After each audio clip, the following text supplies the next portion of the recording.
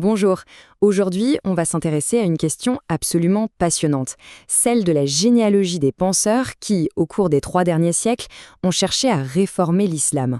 Pour ce faire, on va s'appuyer sur les travaux de Rachid Benzine afin de retracer les figures et les idées clés qui ont animé ce grand débat entre tradition et modernité. Alors, tout part d'une question, une question presque lancinante qui hante le monde musulman depuis le 19e siècle. C'est l'écrivain Shakib Arslan qui, en 1930, la formule de la manière la plus directe. Pourquoi les musulmans sont-ils en retard? Cette interrogation sur un déclin, qu'il soit scientifique, technique ou politique, c'est le véritable moteur de toute la pensée réformiste qu'on va explorer ensemble. Pour bien comprendre ce mouvement complexe, voilà notre parcours. On va d'abord se pencher sur le contexte de déclin qui a provoqué un véritable éveil, la Narda. Ensuite, on découvrira 2 pionniers avant d'aborder le grand tournant moderniste du 19e siècle. Et enfin, on essaiera de définir ce que réformer veut vraiment dire dans ce contexte. Allez, on plonge directement dans le contexte.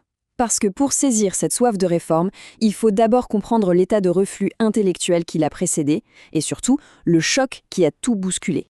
Cette frise chronologique, elle est très parlante. On voit un contraste saisissant. Après un Moyen-Âge où le savoir arabo-musulman était vraiment à la pointe, le XIIIe siècle marque un tournant. Le mot-clé ici, c'est l'ijtihad, c'est-à-dire l'effort d'interprétation critique des textes. Sa fermeture progressive a mené à une forme de stagnation de la pensée. Et l'électrochoc, le vrai, il arrive en 1798 avec l'expédition de Bonaparte en Égypte, qui expose de manière brutale le fossé technique et militaire avec l'Europe. Et c'est justement en réponse à ce choc qu'émerge ce qu'on appelle la Narda. Cette renaissance, c'est une tentative de comprendre et de répondre aux immenses défis posés par la modernité européenne. Le rationalisme, les droits civils, l'imprimerie, c'est vraiment le début d'une effervescence intellectuelle intense. Mais attention, l'idée de réforme, elle ne naît pas de nulle part avec la Narda. Déjà au XVIIIe siècle, bien avant, 2 figures majeures avaient posé les premiers jalons. Le truc, c'est qu'ils l'ont fait dans des contextes très différents et surtout avec des approches radicalement opposées. D'un côté, on a Abd al-Wahhab en Arabie. Lui, il prône une purification radicale, un retour au tawhid, l'unicité divine la plus stricte, et le rejet de toute innovation. Son intransigeance va le conduire à cette fameuse alliance politico-religieuse avec la famille des Saouds. Et à l'exact opposé, en Inde, on a Sheikh Wali Allah. Lui, il cherche la synthèse. Il veut réconcilier les écoles juridiques, il veut intégrer la raison, il veut rendre le Coran accessible en le traduisant. On a donc vraiment 2 stratégies face à face, la purification contre la synthèse. Faisons maintenant un bond au XIXe siècle. Là, le contexte change encore. Face à la pression coloniale qui devient de plus en plus forte, 4 penseurs vont développer des réponses bien plus complexes. C'est le véritable coup d'envoi du réformisme moderniste. Le premier, c'est Jamal al-Din al-Afghani. C'est une figure charismatique, un voyageur infatigable. C'est avant tout un activiste politique. Son but, c'est de secouer ce qu'il appelle l'endormissement des musulmans, de les unir contre le colonialisme. Pour lui, la force pour se régénérer, il faut la puiser dans son propre héritage. Son disciple, l'Égyptien Mohammed Abdou, a une autre approche. Il est moins activiste, beaucoup plus intellectuel. Une fois devenu mufti d'Égypte, il se concentre sur la réforme de l'intérieur avec un grand combat, réconcilier l'islam et la raison. Et pour y arriver, il estime qu'il est absolument crucial de rouvrir les portes de l'ijtihad pour adapter la pensée religieuse aux réalités de son temps. L'héritage de Abdou est complexe, et son propre disciple, Rachid Rida, l'illustre parfaitement. Au début, il est dans la lignée rationaliste de son maître, mais petit à petit, il va dériver vers un traditionnalisme beaucoup plus strict. Il rêve de restaurer le califat, et sa pensée va finir par converger avec la vision puritaine du wahhabisme.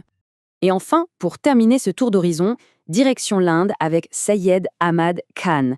Lui, il pousse la logique moderniste encore plus loin. Pour lui, c'est simple, il ne peut y avoir aucune contradiction entre la parole de Dieu, le Coran, et les œuvres de Dieu, c'est-à-dire la science. Il défend donc une lecture entièrement rationnelle et contextuelle du texte sacré. Bon, après avoir vu ces figures si diverses, on peut se demander, mais au fond, ça veut dire quoi réformer l'islam pour eux? Il ne s'agit ni de copier l'Occident, ni de tout jeter de la tradition. Non, c'est un schéma bien plus subtil, qui repose en fait sur quelques principes communs. En fait, le projet réformiste repose sur 3 grands piliers. D'abord, et c'est le point de départ de tout, il faut absolument rouvrir l'ijtihad pour permettre une pensée critique et autonome. Ensuite, il faut questionner les médiations historiques, c'est-à-dire les écoles juridiques, les interprétations qui se sont figées avec le temps, mais qui ne sont pas le texte sacré lui-même. Et enfin, le grand objectif, arriver à démontrer qu'il n'y a pas d'opposition de fond entre la foi et la raison. Alors, qu'est-ce qu'on peut retenir de ce long parcours de 3 siècles, de cette généalogie intellectuelle? S'il y a une chose à retenir, c'est vraiment l'idée de pluralité. Il n'y a pas une réforme islamique, mais bien des réformes. Entre l'intransigeance d'un Abd al-Wahhab, l'activisme d'Al-Afghani et le rationalisme de Abdou, on voit bien que les chemins sont multiples et parfois même complètement opposés. Et c'est ça qui est fascinant. Ça montre que le retard initial n'a pas été synonyme d'immobilisme, bien au contraire. Toute cette quête de 3 siècles pour articuler l'héritage religieux avec la modernité, eh bien, elle forme le socle sur lequel les penseurs contemporains de l'islam continuent aujourd'hui de construire leurs réflexions. Et tout ça, ça nous amène à une question finale, une question ouverte.